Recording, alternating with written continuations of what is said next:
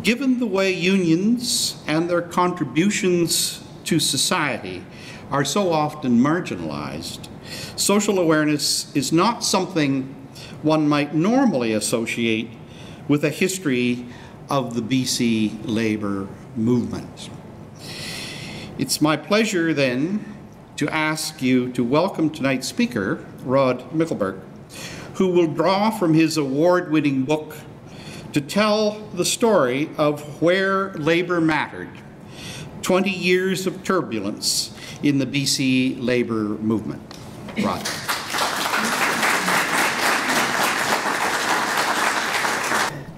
Bob, thanks so much for your kind remarks, and thank you to the Vancouver Historical Society for this opportunity to talk about my favorite subject, after baseball, that is, labor. This is a new experience for me, giving a presentation to a non-union audience, and certainly one with such a distinguished history. After all, I was a labor reporter, I was not an historian. And as to those 20 years of turbulence, I intend to focus my remarks pretty much on the relations between the BC labour movement and the various provincial governments they faced over those 20 years, from social credit to the NDP and back to social credit again. And they were definitely turbulent times, to an extent that it's hard to imagine today when strikes are rare and the labour movement diminished, particularly in the private sector. Those days seem long ago. Because in those days, labour was a real force in British Columbia. How much of a force? The Vancouver Sun, and people still find this hard to believe, had not one, but two full-time labour reporters. Of course, they long since disappeared. I was lucky enough to be one of them, so I covered some of these events, and I was on the front page all the time. There was that much news. Labour was taken seriously by the media. When the head of the BC Federation of Labour talked, people listened. What he said was in the newspaper the next day. And as I said, it all seems so long ago. I'm going to start with the remarkable Thomas Albert Uphill, one of those storied characters from BC history we know far too little about. As quixotic a socialist as there ever was, Uphill was first elected to the BC legislature as MLA for the distant coal mining constituency of Fernie in 1920. 40 years later, running most of the time for the Labour Party, whose only member may have been Uphill himself, he was still the MLA for Fernie. His record of winning 11 straight elections, stretching from the year the League of Nations was formed to the age of Sputnik, seems as unbeatable as Joe DiMaggio's 56-game hit streak. Why Tom Uphill? Because, in addition to the fact that I love the guy, and there's a craft beer in Victoria named after him, one might argue that many of the events that embroiled the BC Labour in the 1960s and 1970s might never have happened without him. In 1952, after a bizarre election run under a wacky, pun intended, preferential ballot system that took a month to finalize, the upstart Social Credit Party, which had never before elected anyone in BC, emerged with 19 seats. The Socialist CCF, despite finishing 4 points ahead in the popular vote, had 18. The Liberals and Conservatives totaled 10 seats, and of course, as always, there was Uphill. Both Social Credit and the CCF claimed the right to govern. CCF leader Harold Winch pointed to his party's popular vote and the anticipated support of Tom Uphill and his one-person Labour Party. But W.A.C. Bennett, who had assumed leadership of the Social Credit Caucus, had an ace up his sleeve, a letter written by Uphill wishing his old pal good luck in the campaign. Uphill had been in a snit about the NDP, became the NDP, about the CCF running a candidate against him. He told Bennett, "I sure hope you beat out the CCF in numbers." The wily Bennett showed this letter to the Lieutenant Governor as evidence Uphill was in his corner, not the CCF's, and the Queen's representative called on him to form government rather than the broken-hearted Harold Winch. Uphill soon came to regret his early support of W.A.C. Bennett, but it was too late. And so, Bennett and Social Credit began their 20-year hold on the reins of power in British Columbia. In addition to everything else, a great hardware merchant, wasn't he, with that neon smile? In addition to everything else that went on during this unprecedented political era that really did change British Columbia, the 2 decades were marked by nearly constant warfare between a resolutely anti-union government full of Chamber of Commerce free enterprises and what was on the way to becoming the strongest labor movement in the country. They were bound to clash. Ironically, though, Social Credit's own ambitious program to open up the province and fuel the economy with huge construction projects and rapacious resorts development also made labor stronger. Union jobs abounded. In 1958, unionization in the province hit an all-time high, never to be matched, with 53.6% of the non-agricultural workforce belonging to a union. This was a duel of the titans that grew in intensity the longer Wacky Bennett was in power. Early skirmishes in the 1950s gave an inkling of what was to come. Shortly after Social Credit secured a strong majority in the 1953 election, the government set the tone with its first labor bill, Bill 28. It enhanced the power of the labor minister and the courts at the expense of the labor board, while implementing new restrictions on the right to strike, complete with heavy fines for defiance. More than 300 union delegates gathered in Victoria to protest the legislation. They were ignored, as were all subsequent labor protests throughout Social Credit's time in office. During the 1950s, Premier Bennett also began his long, one-sided treatment of the government's own employees. Irked by early criticism from Ed O'Connor, the Hamburg top head of the BC Government Employees Association, old-fashioned he was, Bennett refused to negotiate with the union for the duration of his time as Premier. Instead, he decided on their annual pay raises unilaterally. He would announce them every year, often around Christmas, with no notice to the union. Members learned about their increases only by reading the newspaper the next day. When their frustration boiled over into a brief province-wide walkout, first in the union's history, the government took away their right to strike.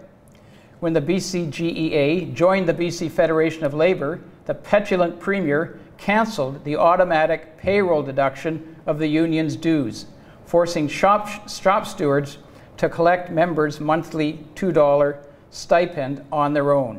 Membership and dues revenue fell 40%. The cancellation remained in effect for another 7 years, long after the union capitulated and withdrew from the Federation, a prime example of pure political pique. Everything picked up speed in the 1960s. After decades of squabbling, craft and industrial unions were together at last in a united Canadian Labour Congress and a BC Federation of Labour that now represented more than 80% of all union members in the province. They were in no mood to tolerate the Bennett government's persistent anti-unionism. Their anger was further heightened by the growing use of ex parte court injunctions to hamper union strikes. Without even hearing from the union, courts were issuing injunctions that seemed to ban virtually any action by a union that was effective. In the heat of the moment, injunctions were sometimes disobeyed, and union leaders convicted of contempt of court were being fined or sent to jail in numbers that hadn't been seen since the dirty 30s. Homer Stevens of the Fishermen's Union received a year in jail for the great crime of calling a membership vote on whether to obey a court injunction in a tough trawlers strike up in Prince Rupert. Paddy Neal, head of the Vancouver District Labour Council and later an MP for Vancouver East, got 6 months for defying a court injunction during the bitter wildcat strike at Lankert Electric in Burnaby. 10 leaders of the Longshoremen's Union served 3 months behind bars for, get this, ordering their members to stay away from work on new statutory holidays that were recognized by the Canada Labour Code, but not by BC maritime employers. George North, editor of the Fishermen's Union newspaper, was sentenced to 3 months in jail for contempt of court, simply for writing an anti-injunction editorial that was labeled, "Injunctions don't build bridges or catch fish," and on and on. It was, the decks were really stacked against the labor movement with those ex parte court injunctions. BC Federation of Labour Secretary-Treasurer Pat O'Neill began pasting court injunctions on the walls of his office. When they quickly filled all the available space, he called in news photographers and got a big splash in the next day's papers. Social Credit's new Trade Union Act, passed as the 1960s began, had made matters worse. The act banned not only information and secondary picketing, but the mere handing out of pamphlets and even newspaper ads asking the public not to patronize certain anti-union employees. So much for free speech. As BC Federation of Labour Ray Haynes never tired of pointing out, long-haired hippies, as he called them, could legally demonstrate outside a restaurant that denied them service, but a union was not allowed to protest outside a workplace that was unfair to their employees. Haynes' strong leadership of the BC Fed was pivotal in the stepped-up role of the labor movement. He took over the job of Secretary-Treasurer in 1965 from the aforementioned Pat O'Neill, who turned out not to be Pat O'Neill at all, but an Irish ship jumper named Tommy Joe Casey. But I digress. Now there's another one of those colorful characters, Pat O'Neill. Son of a Vancouver cop, Haynes had cut his teeth as an organizer and international representative for the Retail, Wholesale, and Department Store Union. It was full of small bargaining units that, minus the might of BC's large industrial unions, had to battle tooth and nail for good contracts. With Social Credit's restrictive labor legislation making matters even more difficult, Haynes had come to realize the value of assistance from a centralized labor organization like the BC Fed. Tired of unions fighting with one hand tied behind their back, he made it his mission to bring the movement together as a collective force under the umbrella of the BC Federation of Labour. Picketing and strikes, when necessary, would now be coordinated by the Fed. Members would no longer have to wage battles on their own. There was a willingness to wage industrial relations warfare on a scale not seen for years. With his distinctive black-rimmed glasses, beetled brow, and fiery talk, Haynes became as well known as anyone in the province, except perhaps for the Premier and maybe Flying Phil Ghilardi. The Federation first flexed its new muscle in the fall of 1965 on behalf of oil and chemical workers. They were in a tough dispute with the oil companies over automation in the refineries. In those days, there were 6 refineries in the Lower Mainland. With the companies able to maintain production and showing no flexibility at the bargaining table, the BC Fed came charging in on behalf of the union. They began planning a 2-day shutdown of industrial workplaces throughout the province. The deadline was set for midnight, November 24th. It would be the first general strike in BC in nearly 50 years. The Social Credit government seemed to break out in hives at the announcement and the resulting astonishment. Union leaders have, quote, rocks in their heads, blustered Attorney General Robert Bonner. Labor Minister Les Peterson called it the most idiotic call I've ever heard of, dismissing it all as an NDP plot. The Canadian Manufacturers Association also went ballistic, warning of suspension and firings if union members walked out. The Vancouver Sun added to the hysteria with a hilarious front-page explanation of a general strike. Quote, "It is the hydrogen bomb of Labour's arsenal," wrote a helpful reporter. Quote, "and the collective finger of the BC Federation of Labour is on the button." So it certainly made things clear. Yet in the end, it was W.A.C. Bennett who blinked. As the deadline neared, he summoned both the oil companies and the union to meet with him at the Hotel Vancouver and presented them with a proposal to settle their dispute. The Premier strongly advised them to accept his recommendations, which were, surprisingly somewhat, fair to the workers. The oil and chemical workers quickly agreed, but it took Big Oil until just before midnight to grudgingly accept the deal. Union pressure had worked.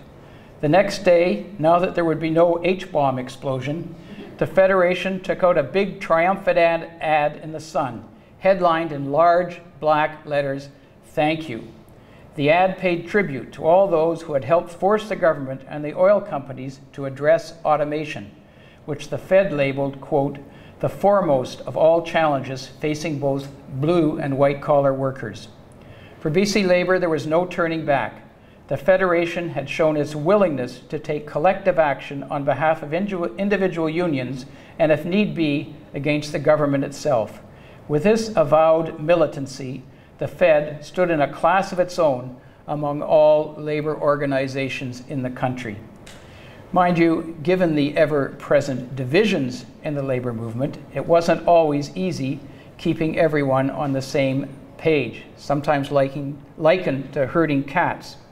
One of those guilty of going its own way against the wishes of the Federation, much to Ray Haynes' fury, was none other than the same oil and chemical workers that the Fed had gone to bat for so dramatically in 1965. Talk about being ungrateful. Anyway, the lid came off in 1968. Social credit, spooked by a growing wave of industrial unrest, enacted its notorious Mediation Commission Act, Bill 33. Under the Act, strikes or lockouts determined by the Cabinet to be against the public interest or public welfare could order an end to job action and refer the dispute to a 3-person mediation commission, which was empowered to impose a mandatory settlement on the parties.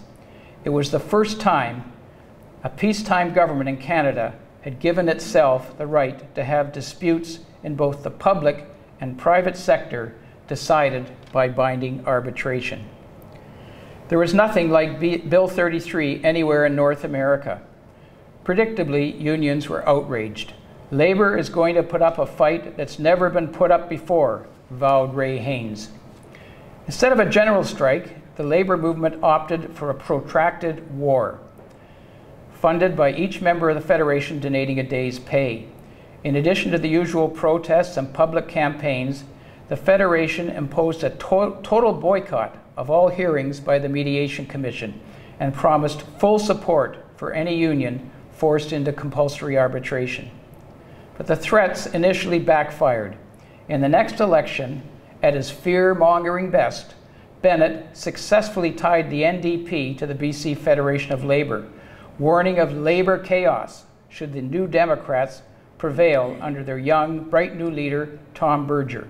On August 27, 1969, Bennett won his largest majority ever.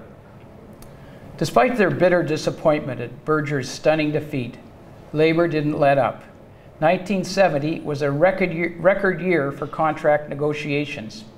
All the key sectors of BC's economy, forestry, mining, construction, were at the bargaining table.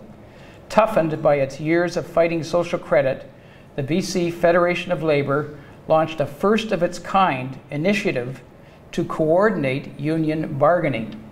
The Fed was trying to ensure that unions did not undercut their brothers and sisters and other unions by accepting minimal wage increases. The results were hard to judge, but the fact it was tried at all showed just how powerful the Labour Federation had become. The Federation could also contribute in other ways. Court injunctions hadn't gone away. Captain Arnie Davis, the respected chief negotiator for the Canadian Merchant Service Guild, was sentenced to 6 months behind bars after the striking towboat union ignored injunctions to stop picketing sawmills and pulp mills that were using wood and chips transported by non-union crews. The small union was also fined a record $75,000. An outraged labor movement rallied together to pay off the fine, with the BC Federation of Labour pledging its East Broadway headquarters as security.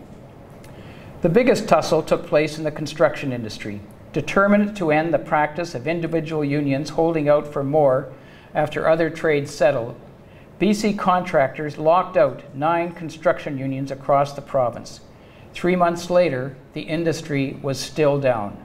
With no end in sight, for the first time, the government invoked the hated Mediation Commission Act in a major labor dispute.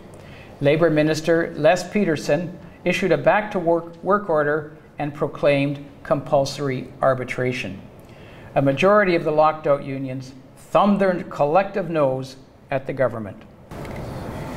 In compliance with the labor movement's 2-year boycott of the Mediation Commission, despite the lifting of the contractors' lockout, they stayed off the job. At an emergency mass meeting, the BC Federation of Labour vowed total support for construction unions in their now illegal strike. But the prospect of an all-out confrontation with the united labour movement seemed to unnerve the government, as it had in the oil workers' dispute. Instead of going after the building trades for defying the back-to-work order and spurning binding arbitration, Peterson summoned the parties to Victoria for talks. After 8 hours, they had a deal. Labour had won the showdown. Quote, "We have really ended Bill 33, exulted Ray Haynes." The Globe and Mail's Wilf List, Canada's premier labour reporter of the time, was impressed. Quote, "The reputation of BC Labour for militant action has spread far beyond the boundaries of the province," he told his readers. "There is more cooperation among unions than anywhere else in Canada and perhaps North America." Bennett did maintain his harsh treatment of public sector unions. BC was still the only province in Canada where government employees had neither collective bargaining rights nor the right to strike. And in 1971, when BC teachers staged their province-wide strike, a one-day walkout to press demands for better pensions for retired teachers, Bennett responded, as he had to the earlier brief strike by the BC Government Employees Association.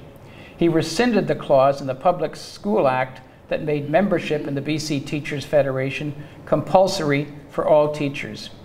The move boomeranged. In a remarkable display of teacher support for their organization, only 69 of 22,000 members declined to rejoin the BCTF, which emerged from the dust-up stronger than ever. By then, the same kind of mean-spirited treatment had also welded government employees into a strong organization. Once cautious members had finally agreed to change their name to the BC Government Employees Union, not Association, although it took 2 conventions to get it through. And they had hired the bright young John Fryer as their executive leader. His high-profile publicity stunts to embarrass the government for not even talking to them drove Bennett crazy. It was a big change. As recently as 1965, their annual conventions had been more of a social or debating club than anything else. Now, noted labor reporter Roger Stonebanks, the actions of convention delegates are stronger. Speakers urge a militant stance, and their day was coming. All hell broke loose in 1972. Partly it was pent-up emotion from 20 years of social credit rule. Partly it was rising inflation, and partly it was the era itself. This was, after all, still the 60s, and resistance, sort of the 60s, and resistance was in the air. The province was a forest of picket signs. From a workforce of fewer than 1 million workers, a total of 2.5 million days were lost because of strikes and lockouts. That is a ratio I have never known to be attained anywhere, said labor academic Paul Weiler. So much for Bennett's 1969 campaign slogan, "Strike pay with Berger, take home pay with Bennett." Once again, the construction industry was front and center. There was another shutdown, another back-to-work order that was ignored. Bennett's annual springtime cabinet tour of the province was a target for furious members of the building trades. They shouted him down in Kamloops. At the Royal Towers Hotel in New Westminster, cabinet ministers had to run an intimidating gauntlet of 2x4 protest signs that rained down on them as they went in. Some were hit in the head, Agriculture Minister Cyril Shelford suffered a broken collarbone when he deflected a placard aimed at Cabinet Minister Isabel Dawson. It was an ugly scene. But 2 decades of attacks from the government, the courts, and anti-union business hawks had left union tempers short and civility on hold. Shortly afterwards, the RCMP raided offices of the building trades. A dozen construction leaders were subsequently arrested and criminally charged with counseling defiance of the back-to-work order. With labor relations in an uproar, Bennett called an election that summer. Unions went all out to defeat him. They had had it. The previously apolitical Teachers Federation set up a well-heeled political action committee to fund its anti-social credit campaign. Hundreds of union volunteers plunged into the election on behalf of the NDP, which was flush with money donated by the labor movement. Even Ed Lawson of the Independent Teamsters Union, who had been cordial with Bennett and was certainly no friend of the BC Federation of Labour, spoke out against the aging premier and forwarded funds from his union to all 3 opposition parties. For Bennett, a few weeks short of his 72nd birthday, it was one campaign too many. With BC awash in strife, his worn-out warning about unions running wild under the NDP was no longer taken seriously. When he trotted out his other campaign chestnut that the socialist hordes are at the gate, people laughed. Meanwhile, the NDP's fresh 39-year-old leader, Dave Barrett, ran a superb, low-key campaign, heavy on humor but pointed. He promised to end the industrial relations chaos that had consumed the province under social credit. And just to put a stake into the tired canard that the NDP was too close to organized labor, Barrett pressured an unhappy Ray Haynes to withdraw his candidacy for the riding of Vancouver Burrard and asked union volunteers to keep a low profile during the campaign. Everything worked.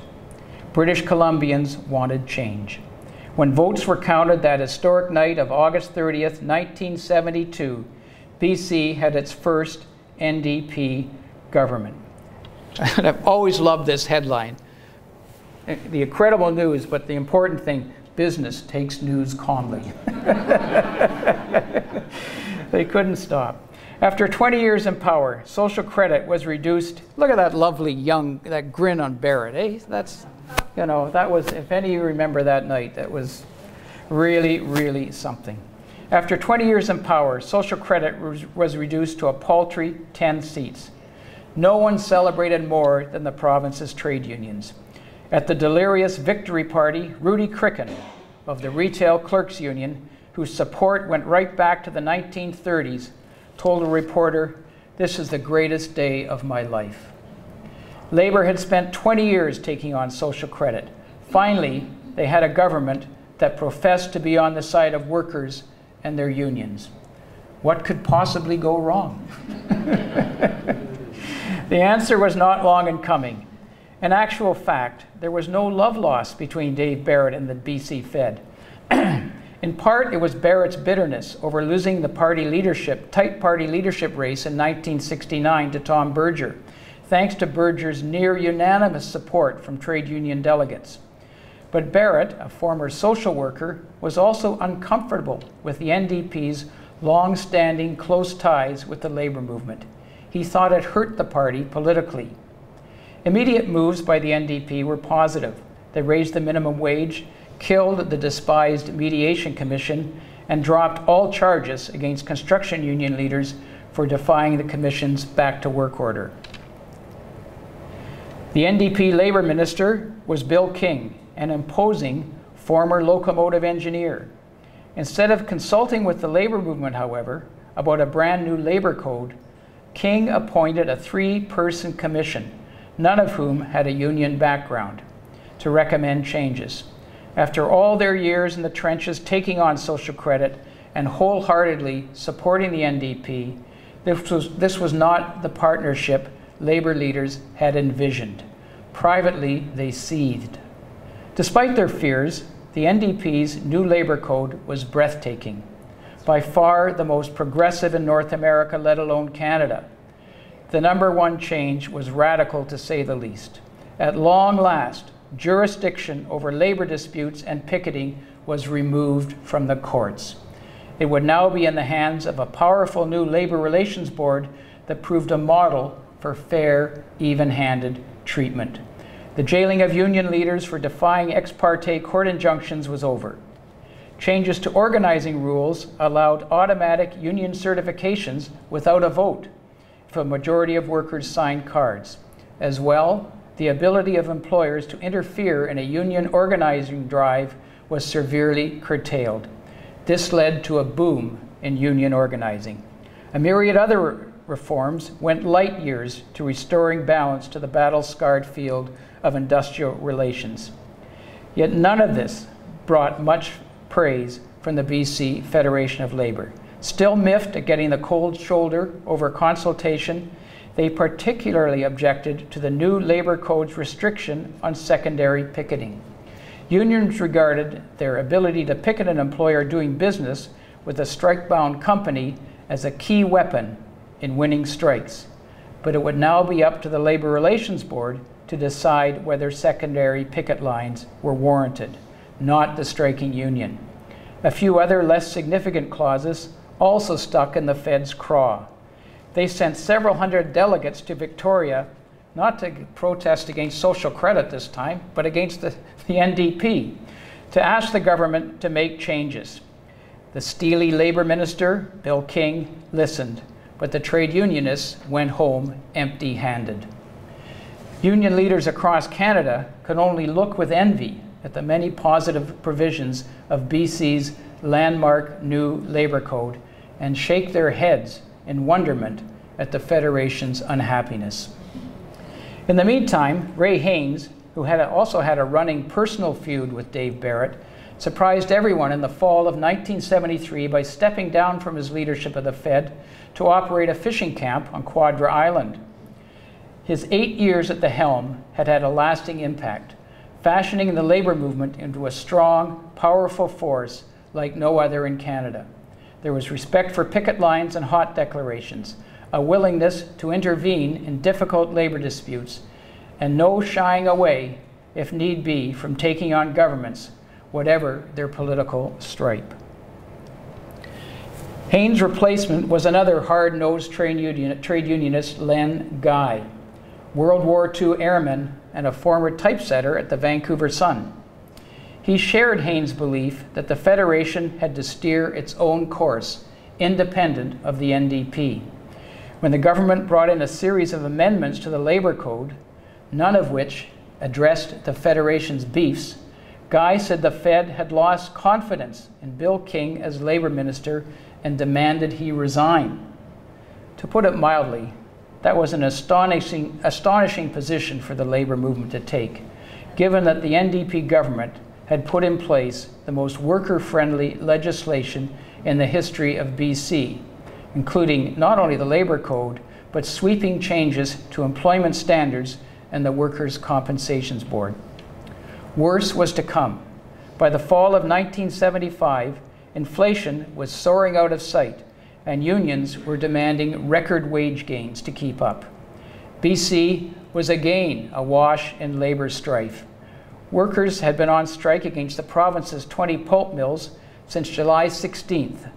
Most of the large membership of the International Woodworkers of America was also off the job, either from a severe downturn in the industry or picketing from the striking pulp unions, which drove the IWA's bellicose leader, you may have heard of him, Jack Monroe, crazy. Meanwhile, a strike by 180 Teamster propane truck drivers on Vancouver Island was threatening the supply of heat to senior residences in Nanaimo. Lower mainland supermarkets were shut down by their 3 unions seeking modest wage increases of up to 50%. And a series of rotating strikes were hampering operations at BC Rail. But the prolonged idleness of the $3 billion a year BC forest industry was by far the biggest concern. The loss of such significant resource revenue was beginning to take a toll on government finances, and some pulp mill workers were beginning to turn to welfare for assistance after months without a paycheck and no glimmer of a settlement. Dave Barrett decided enough was enough. Ostensibly for the purpose of ending the propane truck drivers' strike, the government recalled the legislature. Instead, in a single stunning swoop, they ordered everyone back to work. Forest union workers, supermarket employees, BC rail workers, and yes, the propane truck drivers. The edict covered more than 50,000 workers, the most sweeping back-to-work order involving private sector unions in Canadian history, and by an NDP government to boot. To say labor leaders were shocked would be an understatement. They were apoplectic. My first reaction is one of utter disbelief, blustered pulp union leader Art Gruntman. Stormed Len Guy. Rarely in modern times has a government in Canada interfered so brutally in free collective bargaining. It's a complete betrayal of the principles and policies of the NDP. Leaders of the major striking unions, with the support of the Federation, said they were prepared to defy the order. But a funny thing happened on the way to the barricades. The rank and file voted with their feet. Seeing no hope in further resistance, they began returning to work even before the legislation took effect. Barrett had won, hands down. But it was a short-lived victory. Thinking his decisive leadership might parlay into popular support, Barrett called what we in the media like to call a snap election after only 38 months in power, to no avail. As usual, the BC Federation of Labour did endorse the NDP, but without the enthusiasm of the past. I always like this aside. Len Guy or something at some point, oh yeah, we had our disagreements, but it's like families have disagreements, and one Labour leader described it as Labour's night on the couch. There were fewer union volunteers and a drop in donations, and not that it mattered much. BC's anti-NDP voters abandoned the Liberals and Conservatives and rallied once again around social credit, under the party's new leader, W.A.C. Bennett's son, Bill. A terrific campaign by Barrett managed to hold the party's popular vote at 39%, but there was no way the NDP could win. Social credit romped to an easy victory. The game had changed, and Len Guy, a skilled poker player, knew when to hold 'em and when to fold 'em. His first move was to warn Alan Williams, the new Labour minister, not to touch the same labor code that Guy and the Fed had criticized so heavily under the NDP. Initially, and perhaps surprisingly, the second reincarnation of social credit government took more or less a hands-off attitude to organized labor. Williams, a veteran BC Liberal MLA, had crossed the floor to social credit late in the game to help defeat the NDP. No, he was not an anti-union hawk, and he rejected calls from many in the party to bring in right-to-work laws.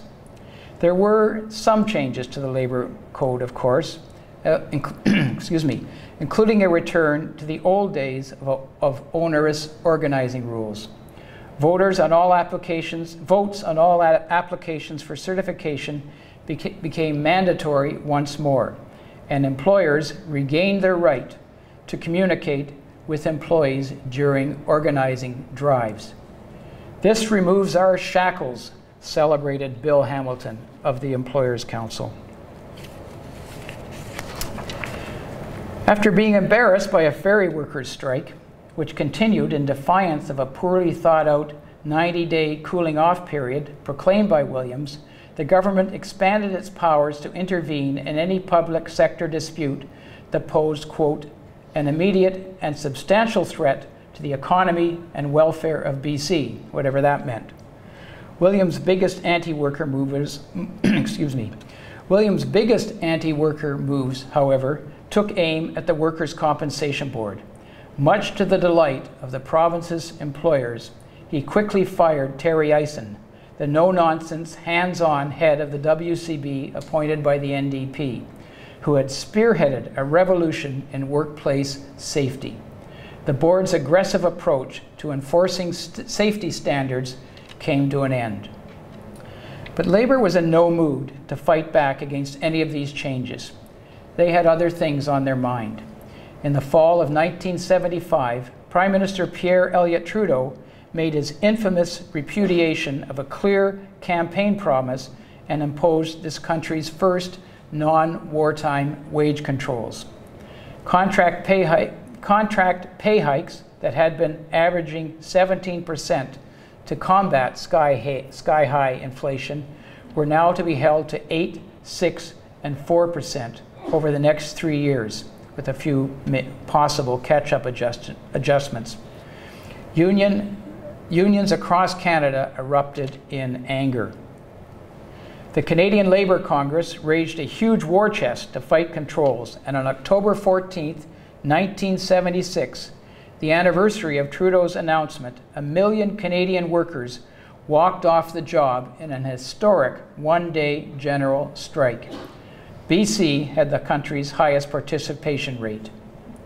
Yet, apart from a bitter wildcat strike by Alcan smelter workers in Kitimat, one of the best, most exciting events I ever covered, that prompted a dawn police raid on the strikers' picket line, arrests, and firings, Labour's vow to negotiate as if controls did not exist proved hollow. Average settlements dipped to 7.4%. Strikes dried up. Wage controls ran their intended 3-year course, ending just in time to mark a convenient end to the 20 years of BC Labour turbulence that I've been talking about tonight in this rather episodic fashion. During this time, despite the understandable but rather wimpish surrender on wage controls, Labour remained a central force in the province. Controls notwithstanding, wages had improved by leaps and bounds. If you had a good union job, you generally earned enough to buy a house, raise your kids, and have money left over for an occasional splurge. The public sector was almost all unionized. More and more women were entering the workforce and beginning to play a long overdue role in the union movement.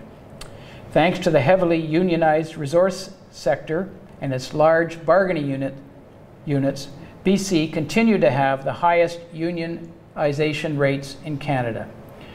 Under the strong leadership of the BC Federation of Labour, unions could not be pushed around.